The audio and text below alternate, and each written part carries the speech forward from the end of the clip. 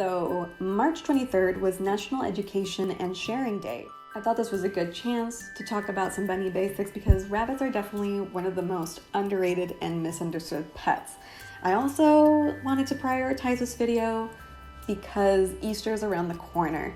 There's usually a spike in interest for pet bunnies around this time. People will often buy rabbits to give a child for Easter without really knowing much about rabbits or rabbit care.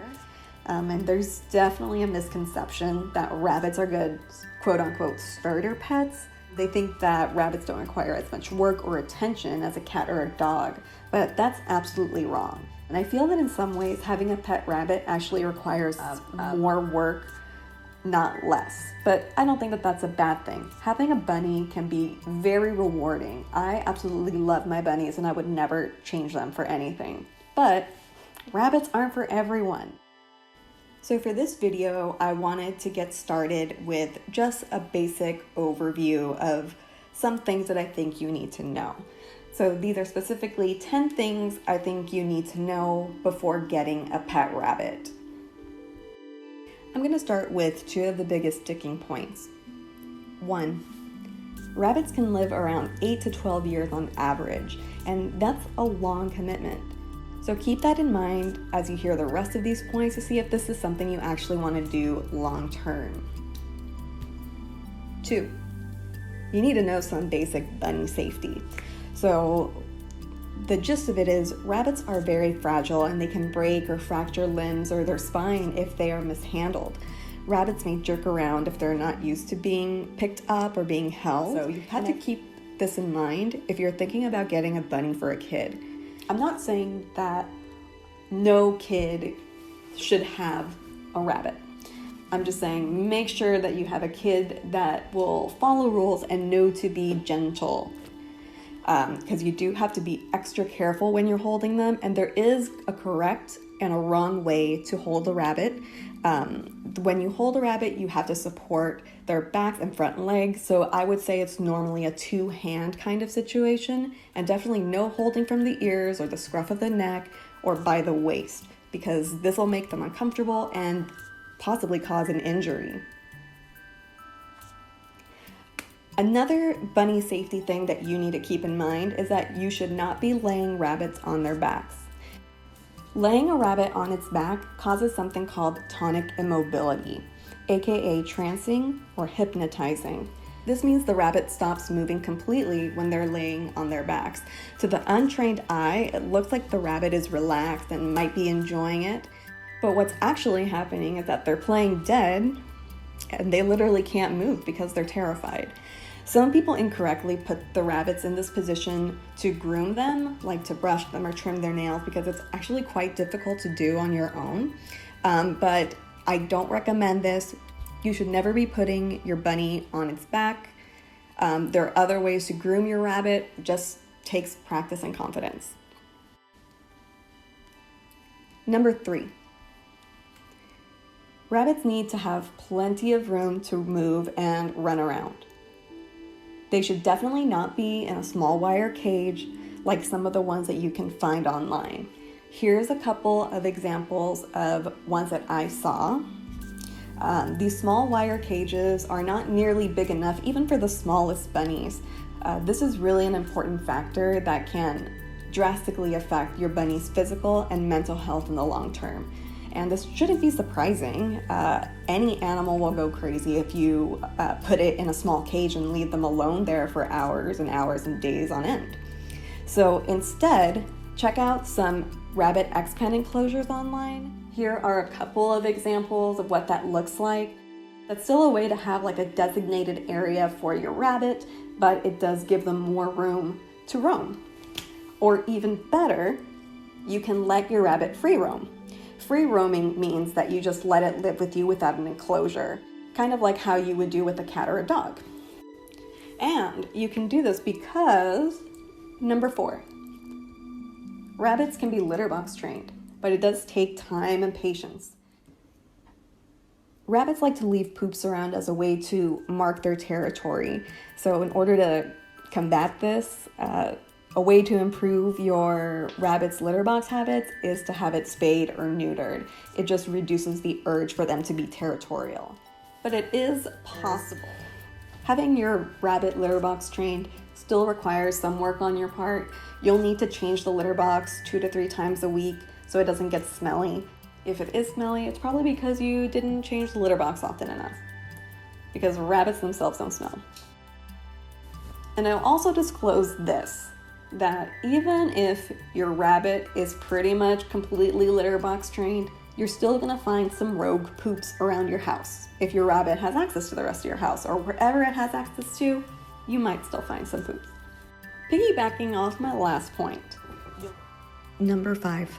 You'll need to come to terms with the fact that your floors won't be as spotless as they were before you had a rabbit. But I think that this is true of any pet.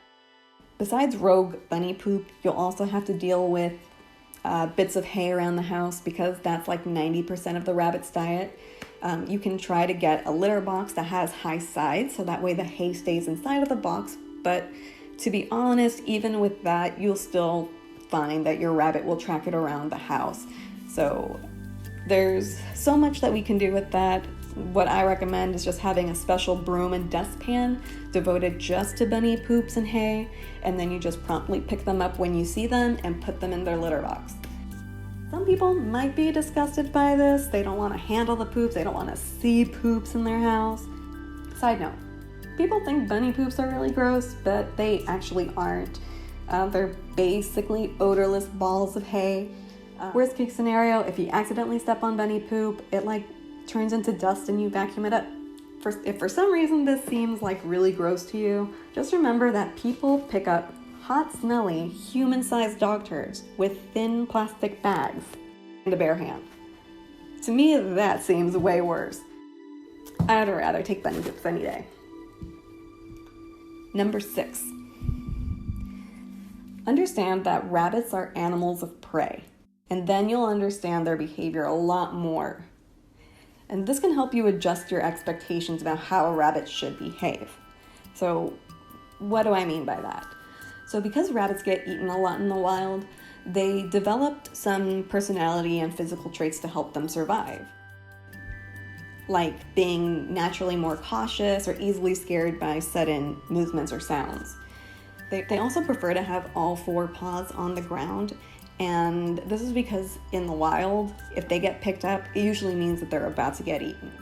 So if the bunny runs away from you when you're trying to feed it or pet it or give it some love, it's not that it hates you, it just needs some time to build up that trust. You really have to let the bunny come to you.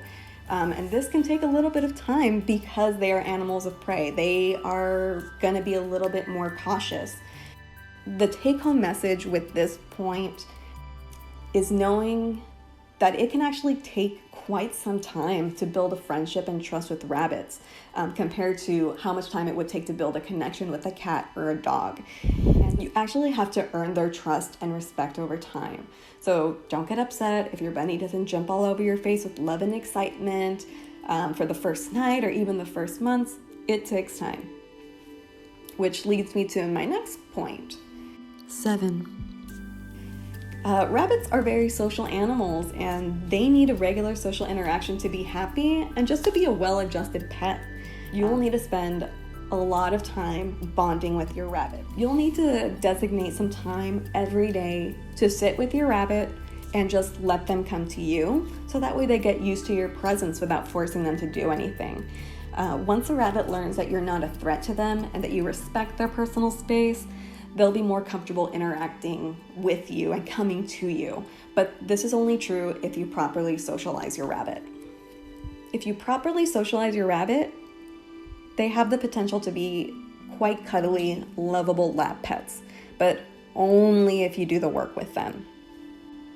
Number 8. Rabbits are a lot more intelligent than people give them credit for.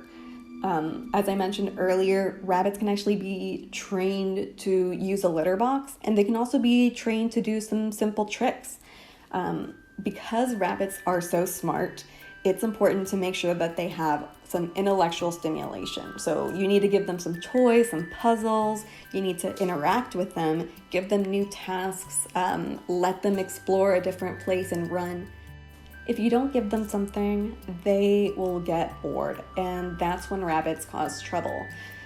Bored rabbits have behavioral issues like digging in the carpet, at the couch, biting furniture, shaking their enclosure. But one way to keep these bad habits from forming in your rabbit is making sure that they have something to play with all the time to keep them stimulated. Number 9. Rabbits have a really, really good memory, and they're known to hold grudges if they feel like they were mistreated.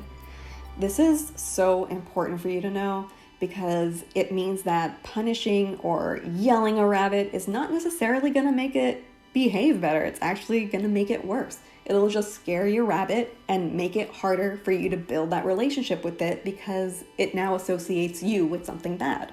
So you should definitely aim to have positive interactions with your rabbit and use positive reinforcement to reinforce the good behavior, but also so that the bunny associates good things with you.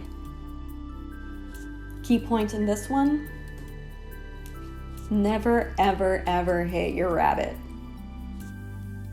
10. Just because rabbits are silent doesn't mean that they can't communicate with you. Rabbits can't use words to tell you that they don't like it. Rabbits can't make a squealing sound to tell them that something is scaring them. They can't make those kinds of sounds to communicate with you. You just have to pay attention and learn bunny language. I'll probably do a separate video about this, but to give you a few examples, rabbit tails, they don't wag when they see you, but they may circle around your feet. And if they don't want to be touched, they might lightly push your hand away. If they want a snack, they might come up to your feet and nudge you with their noses. And they might even paw at your feet. You can also tell a lot about how a rabbit feels is by their ears. Are they pinned down, raised up? Are they moving around looking for danger? Being in tune with your rabbit and knowing how your rabbit is feeling will help you build a stronger relationship with it. Some people are really surprised when a rabbit suddenly, quote unquote, snaps at them, but they fail to see all the signs that the rabbit was giving them, telling the human, hey, I don't like this, but the human kept doing it, and so it escalated. All right, so that was the last point. So those were the top 10 things that I think you should know before getting a rabbit. To summarize, I think the overarching theme is that rabbits are not less work than having a cat or a dog. And it's okay that maybe rabbits are not for you. Maybe it is too much work for you. But if you are willing to put that work into developing a relationship with a rabbit, it is actually very, very satisfying. I love my rabbits and I would not trade them for any other pets. That's going to be it for today's video, but if you have any questions about the topics that I talked about today, I'm considering making a more in-depth video for each of those points.